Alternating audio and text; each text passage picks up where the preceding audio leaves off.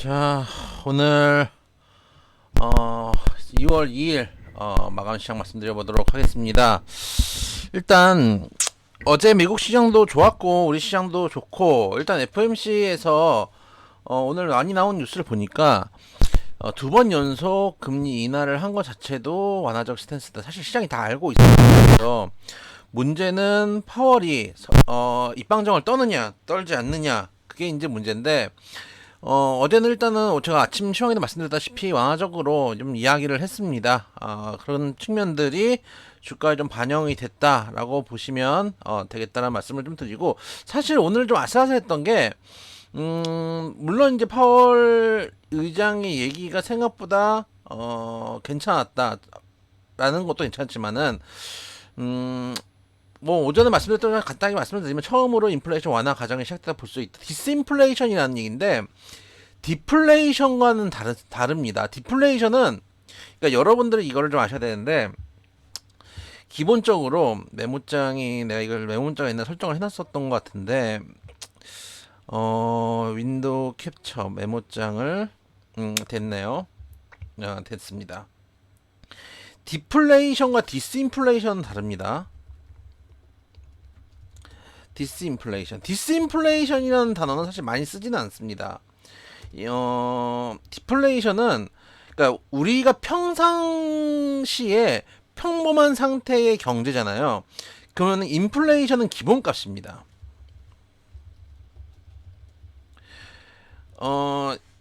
이거를 예전에 제가 우리 오래되신 회원들 몇 번 제가 설명을 드린 적이 있는데, 새로 오신 분들도 계시니까 한 번 더 설명을 좀 드려보면은, 10,000원이 있습니다. 오랜만에 또 해보네요. 10,000원이 있습니다. 전 세계의 돈은 10,000원밖에 없습니다. 10,000원을 A라는 사람이 10,000원을 가지고 있습니다. 전 세계의 돈이 10,000원밖에 없는데 A라는 사람이 10,000원을 가지고 있습니다. 이거를 은행에 맡깁니다. B라고 하죠. B은행. B은행에 맡깁니다. B은행에 맡겨서 10,000원을 맡겨요. 그러면은 A는 얼마를 가지고 있죠? A 10,000원이죠. 0원이 아닙니다. 채권 10,000원을 가지고 있는 겁니다. 언제든 찾을 수 있으니까요. 은행도 10,000원 가지고 있죠. 현금 10,000원을 가지고 있잖아요. 이걸 가지고 은행이 C한테 대출을 해줍니다. C. 대출 5,000원.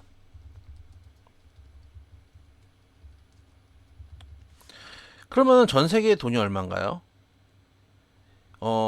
얘가 10,000원이 있었는데 5,000원을 줬으니까 20,000원인가요? 아닙니다. 25,000원입니다. 채권 10,000원. 그럼 은행은 이제 어떻게 됩니까? 현금 5,000원에 채권 5,000원을 가지고 있는 겁니다. 그죠? C가 대출을 받아서 이거를 D한테 증여합니다. 증여를 합니다. 예를 들어서 2,000원 정도를 증여한다고 치죠. 2,000원 증여. 그러면 증여를 하면은 뭐 이 양자 관계, 최후 관계가 없으니까 이거는 뭐 달라지는 게 아니에요. 돈 달라지는 게 아닌데, D가 이걸 가지고 예금을 합니다. 2,000원을 예금합니다. 그럼 어떻게 돼요? 다시 예금 채권을 갖고 있는 거죠. 그러면 A는 채권 10,000원을 가지고 있고, B은행은 5,000원에 채권 5,000원을 가지고 있고, 그러면은 여기서 일단 20,000원이 된 거죠. C가 대출 5,000원을 가져왔으니까 현금 5,000원을 가지고 있는 겁니다. 그러면 25,000원 됐죠. 그러다가 얘한테 2,000원 증여하고, 그럼 얘는 3,000원 남은 거죠. 그럼 여기까지 25,000원입니다. 여기서 예금 2,000원을 합니다. 그러면은 얼마가 되죠? D는 예금 채권 2,000원을 가지게 되고, B은행은 다시 현금 2,000원이 들어옵니다. 그러면은 22,000원이 되겠죠. 맞나요? 10,000원. 10,000원. 그리고 25,000, 27,000원이네요. 그러면은 10,000원짜리 돈이, 전 세계에 10,000원짜리 돈이 있었는데 지금 27,000원이 된 거예요.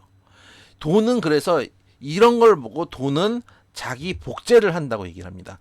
계속 신용을 통해서 복제가 되는 겁니다. 이거 간단하게 말씀을 드린 거지만 예를 들어서 은행에서 채권을 가지고 있잖아요. 이 채권을 가지고 한 증서를 발행하기도 합니다. 채권 증서를 또 발행하기도 합니다. 채권을 담보로 한 채권 증서를 또 발행합니다.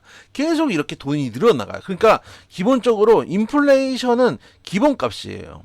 돈이 자기 복제를 하기 때문에, 돈이 자기 복제를 한다는 얘기는 돈의 양이 많아진다는 얘기고, 돈의 양이 많아진다는 얘기는 돈의 가치가 떨어진다는 얘기잖아요. 그래서 인플레이션은 기본값. 그래서 인플레이션, 적정 인플레이션 가격을 2%라고 보는 겁니다.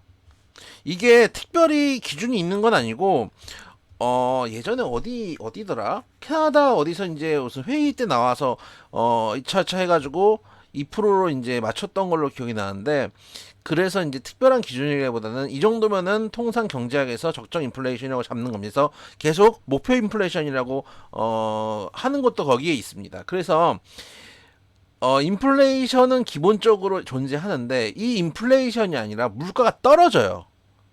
그게 디플레이션입니다. 막 가는 거죠. 이게 디플레이션이 진짜 위험한 거예요.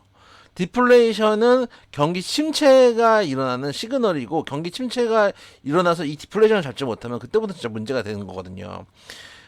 경기 자체가 이제 활동이 줄어들기 때문에 경기 침체에 들어가는 시그널이다. 디플레이션이 일어나지 않기 위해서 돈을 풀고 이거를 막기도 하고 이렇게 운용이 됩니다. 그래서 디플레이션 같은 경우는 인플레이션이 아니라 아예 마이너스 금리가 발생하는 경우를 디플레이션이라고 합니다. 디스인플레이션은 인플레이션이 진행되다가 지금 계속 인플레이션이 진행되고 있죠. CPI가 7, 8 갔다가 이제 6대 막 이렇게 돼 있잖아요. 그러니까 인플레이션이 심하게 올라가다가 이 인플레이션이 마이너스 성장을 하는 그 자리를 디스인플레이션이라. 디플레이션과 다릅니다. 이 얘기를 너무 길게 했네요. 그래서 이런 얘기까지 언급을 하니까 시장에서 어제 환호했고 우리 시장도 환호를 했는데, 우리 시장 환호는 조금 특징이 있습니다. 뭐냐?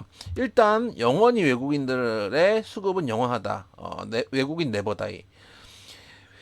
외국인들이 꽤 많이 샀죠. 기관은 또 던졌어요. 그러니까 개인이 던지는 건 이해를 해요. 어차피 개인은 이 바닥에서 돈 못 법니다.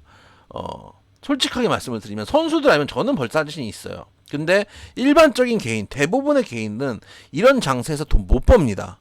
제가 말씀드렸잖아요. 선수들은 돈 벌기 쉽고 개인들은 잃기 쉬운 장세가 될 거라고 계속 던지잖아요. 그러니까 절대로 개인은 돈 벌 수가 없어요. 이러다가 나중에 언제 개인이 들어올 거냐? 개인의 여력이 있을 때, 지금 금리 인상 시기잖아요. 시기고 지금은 고금리 시기잖아요. 그러니까 개인이 대출 이자 갚느라 현금이 없어요. 거기다 가스비 올라가죠. 전기세 올라가죠. 통신료에 그리고 뭐 공공요금들 다 올라가잖아요. 그러면 개인이 쓸 수 있는 가처분 소득이 줄어들잖아요. 그러면은 개인이 어금니를 꽉 깨물고 주식을 사고 싶어도 일단은 지난 과거에 1년 반 동안 두드려 맞았던 기억이 있어요. 그러니까 승부를 못 보는 거예요. 승부도 못 보는 데다가 쓸 돈도 있어요. 그렇기 때문에 지금 개인은 당연히 매도가 들어갑니다. 개인이 매도를 하는 것과 기관이 매도를 하는 것도 궤가 같습니다. 왜냐하면 기관에서 쓰는 자금의 상당 부분, 대부분은 개인들이 만든 펀드 자금이기 때문입니다. 펀드를 찾으면 기관도 알 자리 없죠. 그러다 보니까 계속 외인만 매수를 하는 거예요. 그래서 말씀드렸지만은 나중에 쭉 끌어올린 다음에 나중에 어떻게 되냐면은 개인들도 이제 여력이 생길 때가 될 겁니다. 지금 보시면 금리가 계속 올라가다가 이제 우리가 금리를 스톱시키잖아요. 그러면 이게 예금금리도 최근에 뉴스도 보시면 알겠지만은 예금금리도 떨어진다 그러잖아요. 대출금리도 조금씩 떨어지게 될 겁니다. 왜냐하면 기준금리하고 시장금리는 또 다르거든요. 시장금리가 먼저 반응해서 떨어지게 될 거예요. 그러면은 기준금리를 낮추지 않더라도 그러면은 조금씩 여력이 생길 겁니다. 조금씩 여력이 생길 때 그때가 위험한 거예요. 그래서 지금이 위험한 때가 아닙니다. 개인들이 이제 좀 사볼까 할 때가 오히려 위험할 때입니다. 그래서 지금 외인 수급이 꾸준하다라는 게 하나의 특징이고, 둘째는 오늘 시장을 봤더니 의외로 재밌는 게 중대형주가 못 갔어요. 중대형주가 못 갔다. 보시면은 삼성전자죠. 엔솔이죠. 엔솔 생각보다 진짜 잘 버티네요. 보유수 풀려가지고 죽을 줄 알았더니. 하이닉스도 잘 버텼어요. 반도체 죽는다고 하더니 그래도 잘 버티네요. 삼우고요. 삼성전자 우고요. 보시면 대형주들은 되게 잘 버텼는데 파란 게 되게 많죠. 중대형주들은 또 못 갔어요. 중대형주들은 못 가고 보시면은 상승 종목이 하락 종목보다 2배 반 정도 돼요. 그럼 뭐예요? 이 밑에 단에 있는 짜잘한 개별주들은 갔단 얘기예요.